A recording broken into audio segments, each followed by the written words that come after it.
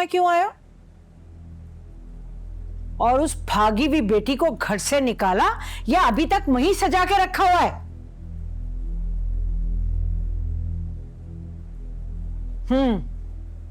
तुम दोनों के चुप से मुझे अंदाजा हो गया तुम्हारे जवाब का। खैर, ये बताओ कि यहां क्यों आए हो?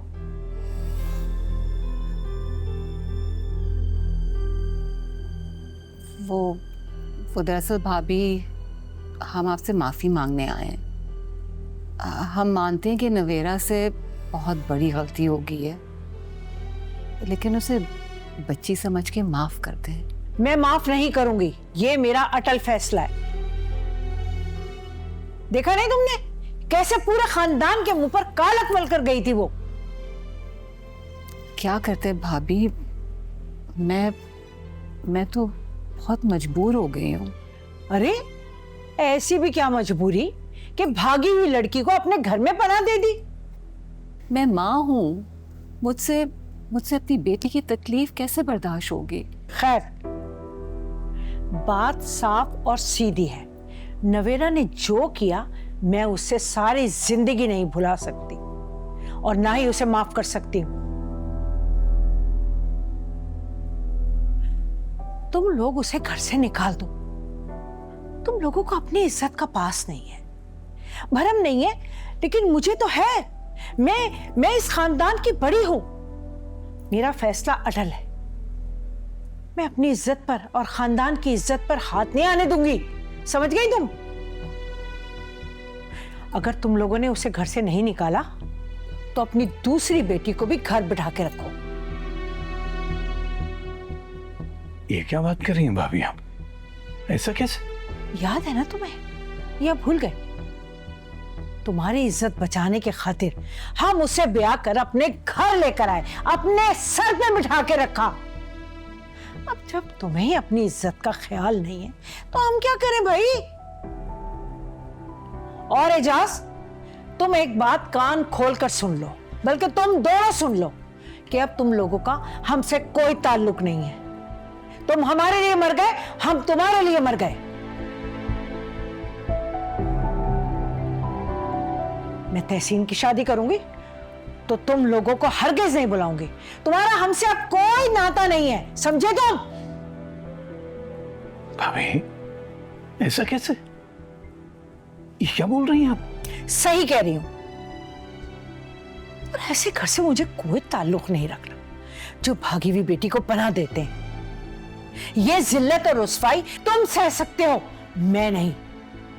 मैं तुम्हें आखिरी बार बता रही हूं कि अगर तुमने नवेरा को घर से नहीं निकाला तो अपनी ब्याही हुई बेटी को भी घर बिठा के रखना, ले जाना उसे। और ये मैं तुम दोनों को कोई धमकी नहीं दे रही हूं, बता रही। समझे तुम मुझे बहुत अच्छी तरह जानते हो कि मैं अपने फैसले नहीं बदलती। समझ गए?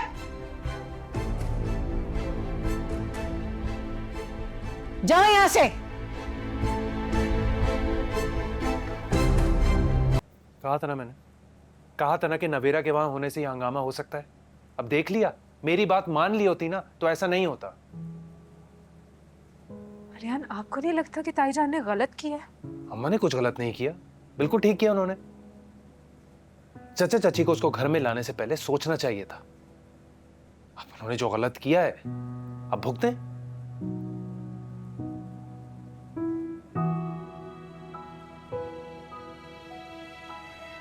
और हमारे इस रिश्ते का क्या अलियान? हमारा ये रिश्ता बेशक टूट जाए, आप छोड़ देंगे मुझे? इसका मतलब तो यही हुआ ना कि नवेरा आपी के जाने से ये रिश्ता जुड़ा था और उनके वापस आने से ये रिश्ता टूट जाएगा। इस वजह से नहीं था नूर, तुम गलत समझ रही हो। अगर मैं गलत समझ रही हूँ तो आपने ताईजान को रोका क्यों नहीं? अलियान, मैं बहुत हर्ट हुई हूँ आपके रवैये से। मुझे लगता था कि आप इस रिश्ते से खुश हैं, नवेरा आपी को भुला चुके हैं, लेकिन नहीं, आपके दिल में आज भी नवेरा आपी ही है। लेकिन मैं इस रिश्ते से बहुत खुश थी आर्यन। मुझे तो लगता था कि आपसे बेहतर पार्टनर मुझे मिल ही नहीं सकता, और ऐसा ही लगता था कि आप भी शादी से खुश हैं।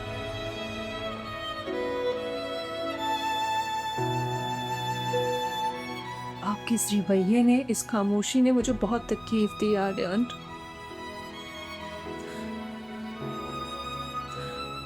अगर हमारा रिश्ता इतना कमजोर था कि इतनी आसानी से टूट जाएगा, तो इसका मतलब तो यही हुआ ना कि मैं गलत थी।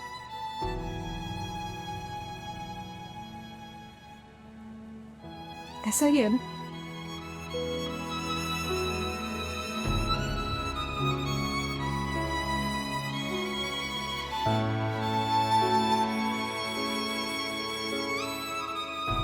नूर, नूर मेरी बात सुनो। ऐसा कुछ मैंने आपकी कोई बात नहीं सुनी। नूर, बात तो सुन लो मेरी।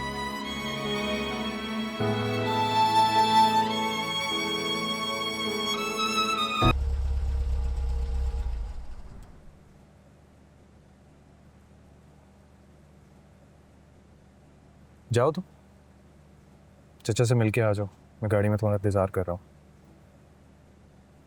तो आप अंदर नहीं आएंगे बाबा की तबीयत पूछने के लिए?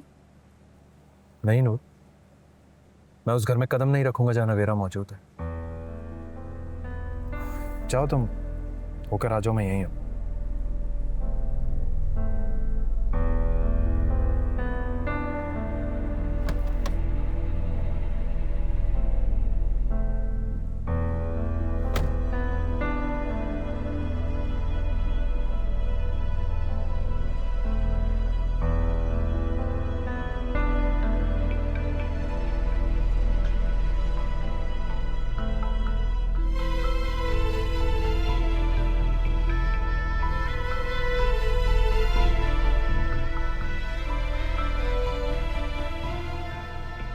अरे नूर, तुम यहाँ कैसे? वो मुझे पता चला ना बाबा की तबीयत ठीक नहीं है, इसलिए फौरन उनसे मिलने आ गई। अच्छा सुनो, घर पे सब खैरियत से तो है ना? हाँ, सब खैरियत है। आलियान ही मुझे छोड़ने आया है यहाँ। अच्छा आलियान आया है साथ, तो बाहर क्यों? उसको लेके आओ ना अंदर। वो बाबा कहाँ पर हैं? कमरे में अपने? हाँ रेस्ट कर रहे हैं। ठीक है, मैं मिल के आती हूँ उनसे।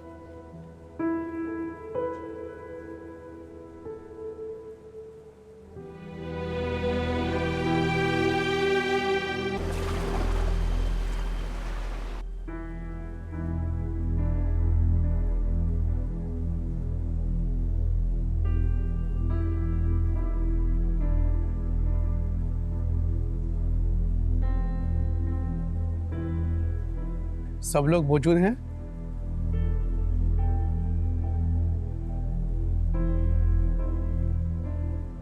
जी वकील साहब, सब मौजूद हैं। ये असलम साहब की वसीयत है जो उन्होंने मरने से पहले की थी। मैं बावाज़े बुलंद इसे पढ़ देता हूं ताकि कोई शक व शुबा ना रहे।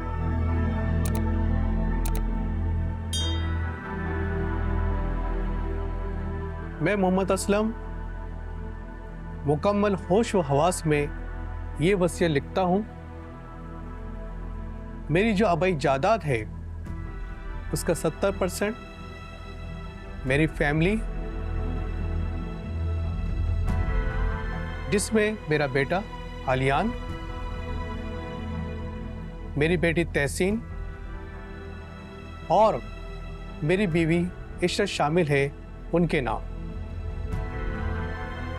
और बाकी जो 30% है वो मेरे छोटे भाई एजाज अहमद के नाम।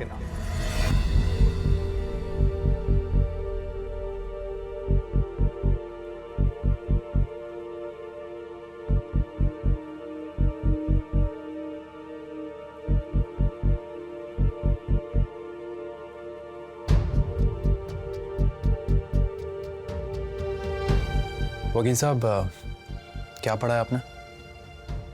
एक बार और पढ़ दीजिए। वकील साहब क्या आप क्या कह रहे हैं? ज़रूर आपको कोई गलतफहमी हुई होगी। अब्बा इस किस्म की वसीयत क्यों करेंगे? ये असलम साहब के दस्तखत शुदा वसीयत है जो मुकम्मल कानूनी और रजिस्टर्ड है, जो उनके ख्वाहिश के मुताबिक लिखी गई है। इस पर दस्तखत है उनके।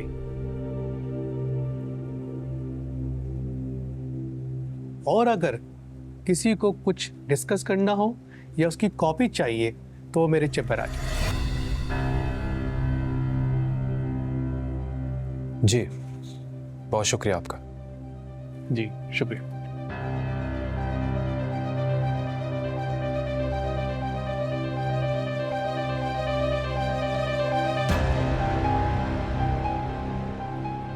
अरे ये कैसे हो सकता है?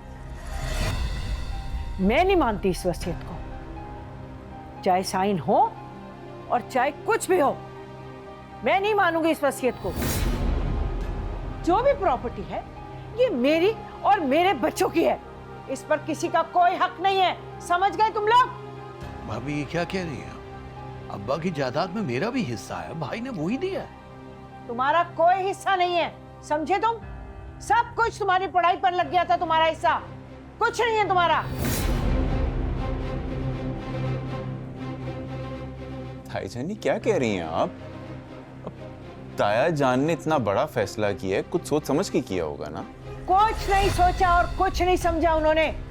जो भी एजाज का हिस्सा था वो सब इसकी पढ़ाई पर लग गया है।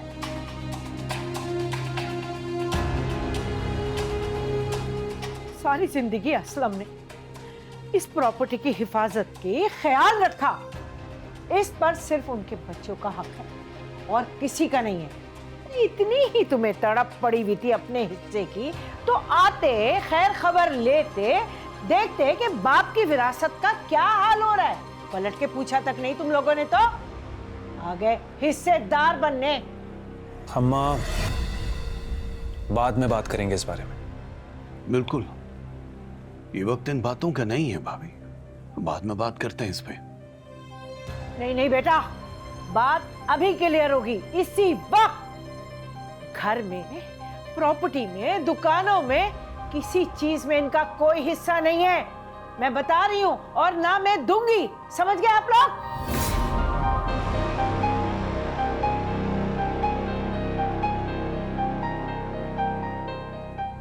चलो तहसीन।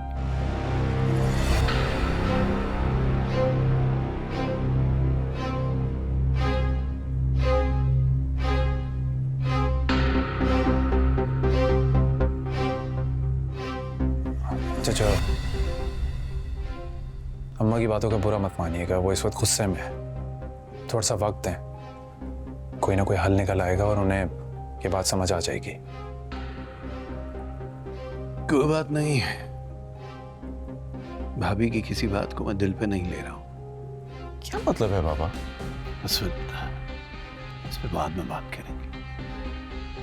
अलियान तुम जाओ, ख्याल रखो, हम अभी चलते हैं, फिर इंशाल्लाह बात होती। जी ठीक है चाचा।